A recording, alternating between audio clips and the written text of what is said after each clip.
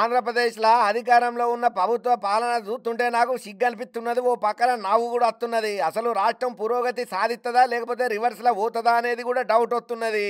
అని ఈ ముచ్చట ఎవలో చెప్పింది కాదు. సాక్షాత్తు మాజీ ముఖ్యమంత్రి ఎక్స్ సీఎం అయినటువంటి వైఎస్ జగన్మోహన్ రెడ్డి సారు ఈ ప్రభుత్వం మీద సురగలేసుకుంటూ వచ్చిండు.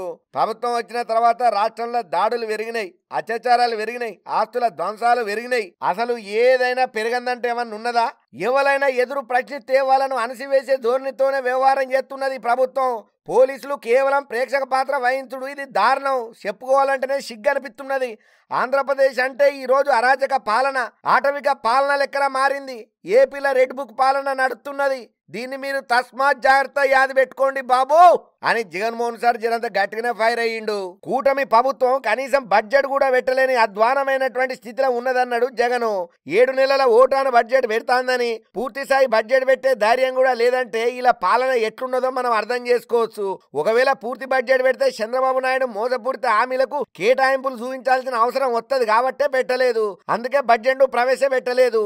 చంద్రబాబు అంటేనే మోసం, చంద్రబాబు అంటేనే దాగా, చంద్రబాబు అంటేనే వంచన, చంద్రబాబు అంటేనే వెన్నుపోటు, చంద్రబాబు అంటేనే ఒక గోబల్సు పచారం అని చెప్పి విమర్శన చేసిండు. సొంత మామ ఎన్టీఆర్ ను వెన్నుపోటు ఒడుసుడు దగ్గర నుంచి మొదలు పెడితే ప్రజల్ని మోసం చేసే వరకు దిగజారిపోతున్నాడు. రాష్ట్ర ఆర్థిక పరిస్థితి మీద అన్ని అబద్ధాలు చెప్తున్నాడు. రాష్ట్రం ఆర్థికంగా ధ్వంసమైతున్నది, బడ్జెట్ పెట్టుడే లేదని చెప్పి చంద్రబాబు సార్ విడ్డూరంగానే అన్నాడు. ఎన్నికల సమయంలో 14 లక్షల కోట్ల అప్పులున్నాయని చెప్పిండని, ఆ అప్పులు ఉన్నాయి అంటూనే మళ్ళా సూపర్ 6 హామీ ఎట్లిచ్చిండు? ఇది ప్రజలను మోసం చేసుడు కాదా? ఇప్పుడు అధికారం వచ్చిన తర్వాత అప్పులు పథకాల విషయంలో పాటలు పాడుతున్నాడు. గవర్నర్ ప్రసంగంలో 10 లక్షల కోట్ల అప్పయిందని చూపించిండు. ఇప్పుడేమో సేదపత్రాల పేరుతోటి అందరినీ మభ్యపెట్టాలని చూపెడుతున్నాడు. 2014-2019 మధ్య చంద్రబాబు హయాంలా 21% వరకు అప్పులు చేస్తే వైఎస్ఆర్సీపీ హయాంలా 12% అప్పు చేసినాం. ఇదంతా ప్రజల అభివృద్ధి కోసం చేసిన అప్పే. మా ప్రభుత్వంలో మేము చేస్తే అప్పు, వాళ్ళ దాంట్లో చేస్తేనేమో మోసం. మీరు చేస్తే సంసారం, మేము చేస్తే వ్యభిచారమా? ఇదెక్కడ పద్ధతిది? తమ ప్రభుత్వ పనితీరును కేంద్ర ఎకనామిక్ సర్వే ప్రశంసించింది. బడ్జెట్ లో కూడా లెక్కలని చెప్పాల్సి వస్తుందని చెప్పి చంద్రబాబు ప్రభుత్వం బడ్జెట్ ను ప్రవేశపెడతలేదు. 2019లో చంద్రబాబు ప్రభుత్వం దిగిపోయే నాటికి 2,72,000 కోట్ల అప్పు ఉన్నదని, వైఎస్ఆర్సీపీ హయాంలో అప్పు 5,18,000 కోట్లకు చేరిందని చెప్పి మాజీ ముఖ్యమంత్రి జగన్ సార్ అన్నాడు.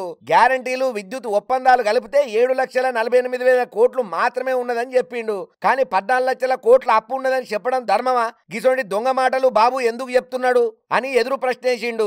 వీటన్నిటి మీద నేను గవర్నర్ కు లేఖ రాస్తా, చంద్రబాబును వదిలే సమస్యనే లేదు. చంద్రబాబు నన్ను ఏందో అనుకుంటాడు, నా మీద లేని నిందలేసి నా మీద లేనిపోని కేసులు పెట్టాలని కూడా చూస్తున్నాడు, నన్ను తొక్కాలని చూస్తున్నాడు. ఆయన తొక్కినా తొక్కించుకునే బాపతి కాదు, రిటర్న్ దొక్కే బాపతు నేను అని జనంతా జగన్ సార్ గట్టిగానే ఫైర్ అయ్యిండు బాబు సార్ మీద.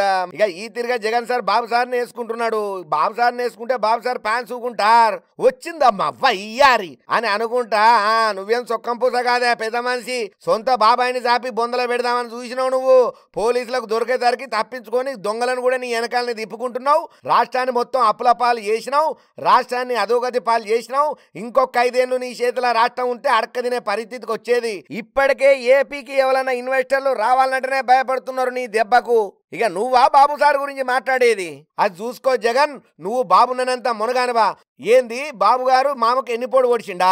మరి నువ్వు మీ బాబాయికి చేసిందేంది, మీ అమ్మకి చేసిందేంది, మీ చెల్లకి చేసిందేంది? ఒక్కసారి నిన్ను నువ్వు వెనకాల చూసుకో.